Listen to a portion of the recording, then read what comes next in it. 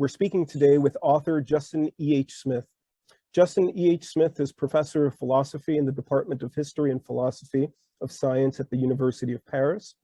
In 2019 through 2020, he was the John and Constance Birkeland Fellow at the Coleman Center for Scholars and Writers of the New York Public Library. He is also an author, writing literary nonfiction, poetry, and fiction, as well as translating poetry. He's currently translating the Elanco, a Siberian oral epic for University of California Press. He is co-author with D. Graham Burnett and Catherine Hansen of a work of historiographical metafiction appearing in 2021 from Strange Attractor Press. He's also written a novel entitled Moses and Wilhelmina, which in his words may eventually see the light of day. His published books include Irrationality, A History of the Dark Side of Reason, The Philosopher, A History in Six Types, and Divine Machines, Leibniz and the Sciences of Life. Hello, Justin. How are you today? Hello. Yeah, thanks. I'm wonderful. Thanks for having me. So, your new book is titled The Internet is Not What You Think It Is, published by Princeton University Press. And surprisingly, it transcends being an academic work. It addresses real life issues with readable, applicable observations and suggestions that could benefit anyone who's online and on social media. It could even be described as a way forward for helping us fix the whole darn thing by giving us a holistic meditation on the nature of the internet and social media. And it cuts across standard disciplinary divisions, which is what I really like most about the book. Yeah, thanks. I'm particularly heartened when you say that it might offer a way forward by offering a holistic meditation on the nature of the internet, because one of the most common criticisms that I've received so far is that I'm not solutions oriented. And I come from a kind of school of philosophy and maybe have my own philosophical demeanor, which is that meditation is itself a part of any necessary way forward. So I don't divide the theoretical and the practical in the way that some of my critics do, and it sounds like you don't either. Yeah, I'm totally there with you. I think what we really need to be doing is sort of stop and engage in some contemplation before we just muck things up more than they are. Right. First I want to ask, since you're by training a philosopher, what brought you to take on the subject of addressing the internet as a focus? Well, I suppose there are two things. First of all, the book has a strange origin history in that for a long time I thought it was going to be published with a trade press, and it ended up back at my longtime home, Princeton University Press. And once it ended up back at an academic press, I felt some pressure to please my colleagues, and I heard their tisking in my ear as I expressed things in certain ways and reeled it back in ways I might not have if I were writing for Norton or for Substack or in other venues. Right. So the book is in that respect a funny hybrid between some of my longstanding academic interests and some of my more let's say unhinged or freewheeling style that I've developed writing in particular on Substack over the past couple of years, but also for the Point magazine and other venues that reach a wider public. So it has the character of both of those, but on the scholarly side, as you've noted, I have long, going back to my doctoral work in the 1990s, I've long been principally preoccupied with the intersection between the natural sciences and philosophy in early modern Europe in the 17th century, and preeminently preoccupied with Gottfried Wilhelm Leibniz, German philosopher and polymath who did so many things, I can't list them all. He was a mathematician, a diplomat, a linguist, but most importantly for our purposes, around 1678, he also devised a model of what he called a reckoning engine and what would later develop into a calculator and then a computer. And this was accompanied for Leibniz with a lot of reflection on the possible social transformations that this new technology will bring about. And he explicitly said that someday we will outsource the more drudging reasoning processes to machines, and we will only think about those things that please us, and this will work great. And as I see it, the dream that Leibniz is expressing there has a very long arc, much longer than most people in history think. It goes from about 1678 to about 2015, right? And that's the moment when people start saying, I mean, they don't know they're rejecting Leibniz, but they start saying, come on, this dream has failed, right? So I look at the long history of this on the basis of some of my scholarly competence as a historian of early modern science and philosophy.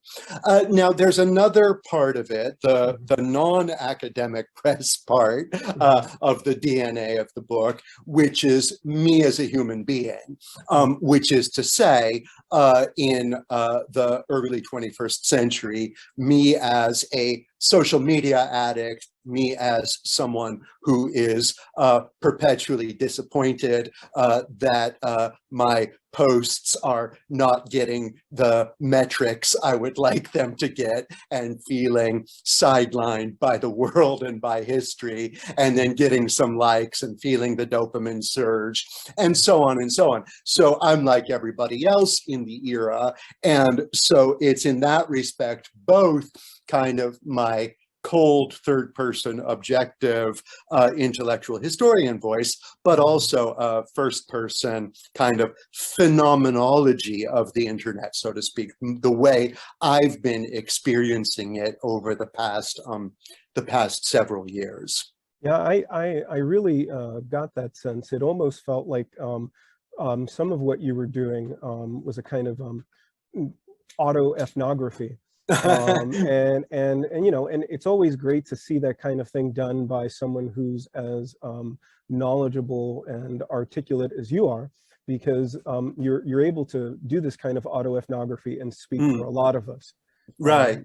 Yeah, that's the hope. And you know, I've drifted somewhat from the norms of academic writing in my field for my past few books, because I have explicitly taken Michel de Montaigne as my guiding light, in particular the essayistic form, right, which is something quite different from what I was trained up to offer, which is arguments, right? I'm an analytic philosopher by training, and we are expected to proffer arguments, and that's it. That exhausts our writing task.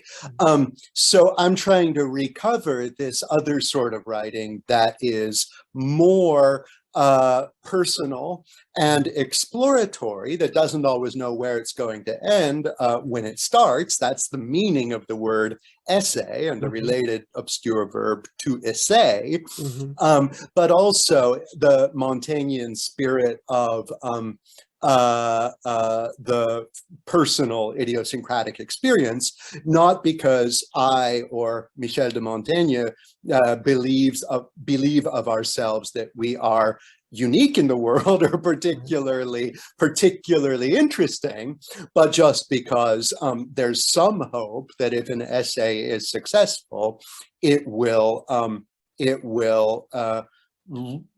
make the leap from the particular to the universal, right? That's the hope. One of the most fascinating sections in your book is where you discuss attention and the notion that it serves as a kind of basis for ethical engagement. Oh, yeah, yeah. Can you unpack for the audience the details of this idea and the implications that it may have? Sure. Yeah, this is a great question. And in fact, this is related to the project that you mentioned in the introduction.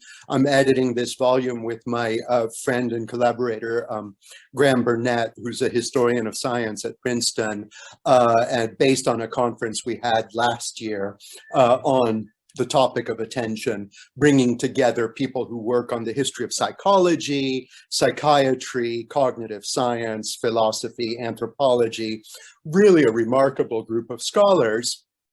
And we want it to be kind of the definitive treatment of this topic that is of interest in so many different fields. It's of interest, among other things, to AI researchers.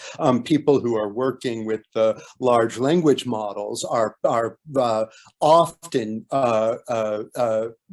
persuaded that attention, that is the ability to spontaneously eliminate certain information in favor of other information, is really the key task for modeling human-like intelligence.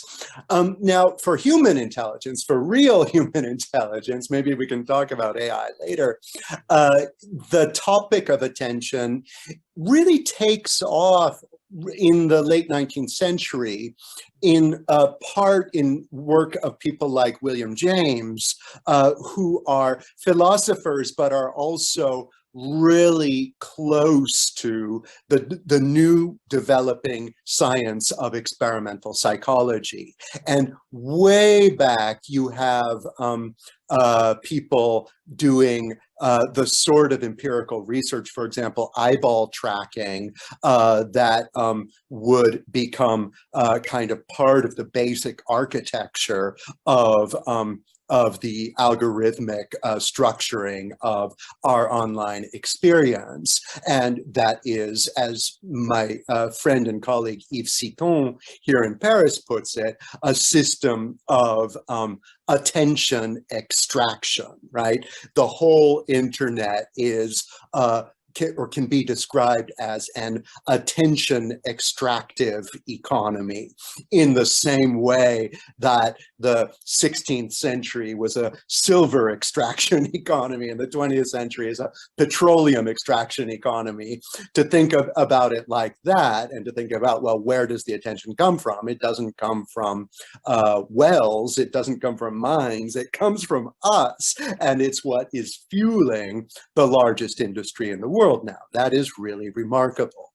But let's move back to the ethical part of it. Indeed, on my analysis, and here, you know, there's a lot of different ways to approach the topic of attention. Colleagues in philosophy like Carolyn Dicey Jennings, Jonardon Ganeri have written excellent books on attention. What interests me is the peculiar kind of overlap between the cognitive and the ethical dimensions of human experience. You know, if you say something like, I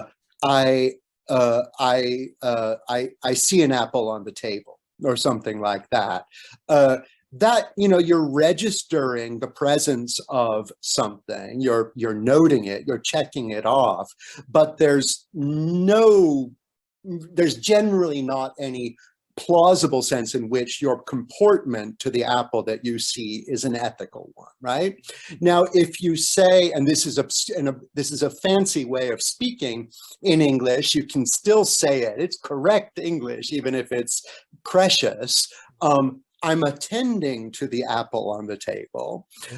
What this seems to involve is some kind of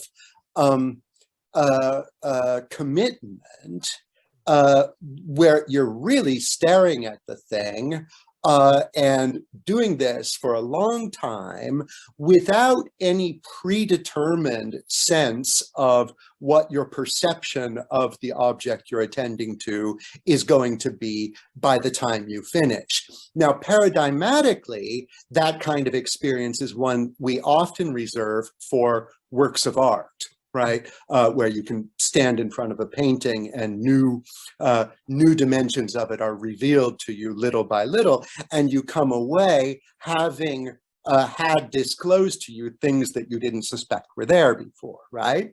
And so it's a submission to the possibility of self-transformation, right? And that's ethical simply because it's, you know, it's a big thing to do, right? It's ethical maybe more in the classical Greek sense, where ethics wasn't all about duties towards others, but was more about how ought I to live my life.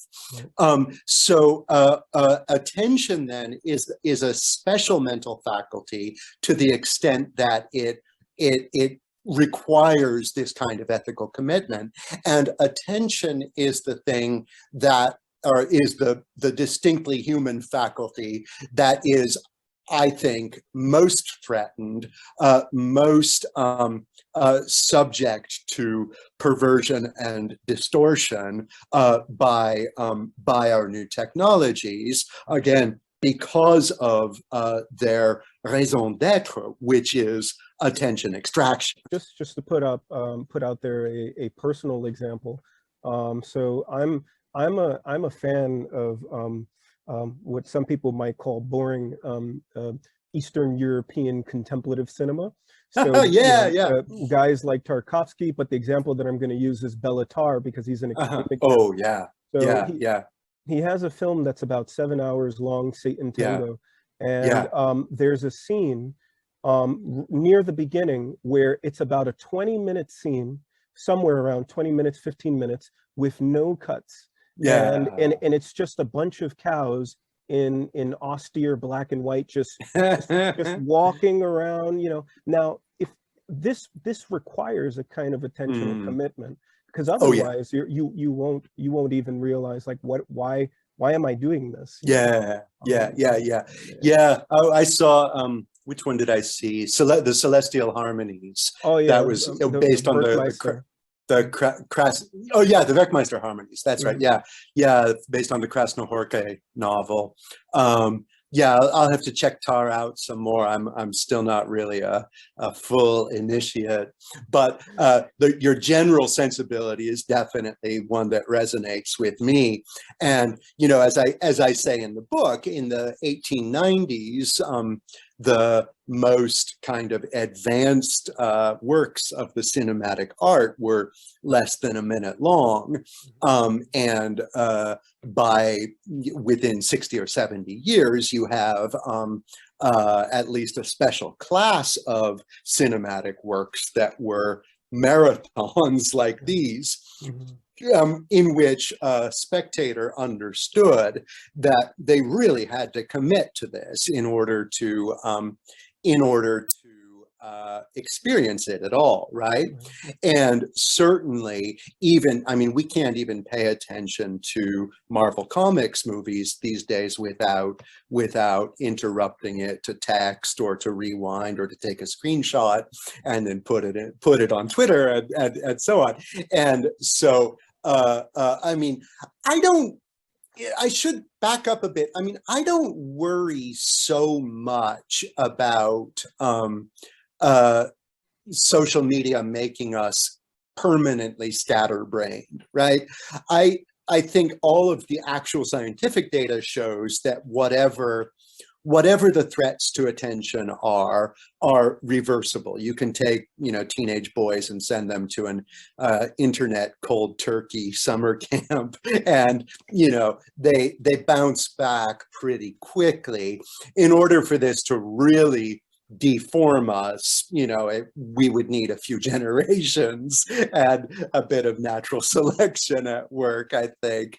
But that's not to say that there are not some scary trends that we can't predict, but just that, you know, I don't think it's harmed us irreversibly. But still, in terms of what we value and in terms of the idea that one should aspire to sit through a 20-minute single shot scene, or Andy Warhol's 8-hour-long movie that just shows the Empire State Building without cuts, or read Proust's In Search of Lost Time. These are very rapidly becoming the sort of marathon exercises of attention that the younger generation doesn't know it's refusing, right? These are just not on the list of things many of the young people I talk with think about doing, right? And, I mean, it was probably always a mix, but I think everyone in my high school class knew that there were big novels that serious people read, even if not everyone read them, right? Yeah. And I don't think that's the case any longer. Right. All throughout the book, you draw structural analogies between phenomena that are usually thought as quite unlike. You compare clicks of whales to a kind of telecommunication system. You compare the mycorrhizal network to the net. And most fascinatingly for me, you compare the metaphysical doctrines of ancient philosophy as a kind of prefiguring and promise of the internet. Can you unpack for the audience the relationship of pre-modern philosophy to the internet? Sure. Well, also, I want to say a little bit about the analogies to nature and the usefulness and the limits of analogical thinking about technological and natural systems. But I think I have a kind of deep commitments in what we can call the philosophy of technology that compel me to pay attention to the kind of ebullient fantasies of people in eras before the technologies were there to realize these fantasies, right? That is to say, I'm convinced that what we now call science fiction is a kind of vanguard of technological developments.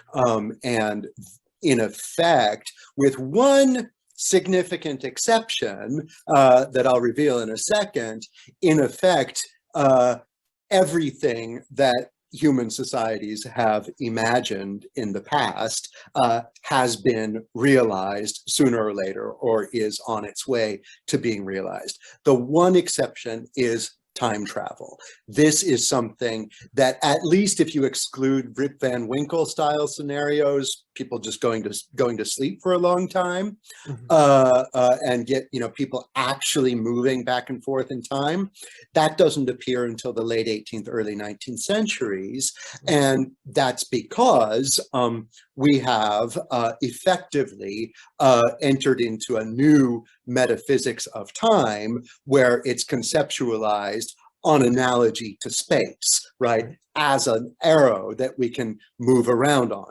Before that reconceptualization, the idea was absurd. So I think we might simply be dealing with an erroneous conception of time, and therefore the desideratum of time travel will just never happen. All the other ones, especially the one that interests me most in the book, telecommunication, were already there as ideas, in the first century. And the example of Lucian of Samosata, wonderful science fiction novel of ancient Greece,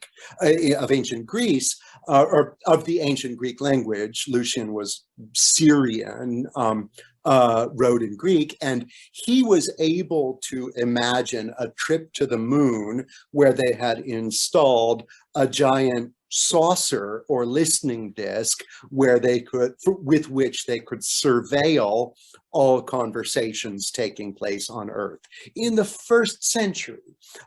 Another example I absolutely love is an anonymous report in the 1620s from a French seafarer who says that in the South Sea Islands, there are groups of people who don't have writing. Instead, they talk into sponges, like the invertebrate, and as they're talking, they squeeze the sponge into a tiny ball. They give it to a messenger. He goes out in his canoe to the next island, delivers it to that island's chief, and then the chief releases it from his hand, and as it's re-expanding, the voice comes out, right? I love that. It's an incredible story. It's obviously not true, but what it shows us is that by the 1620s, people were really thinking about how to record, about the possibility of recording voices.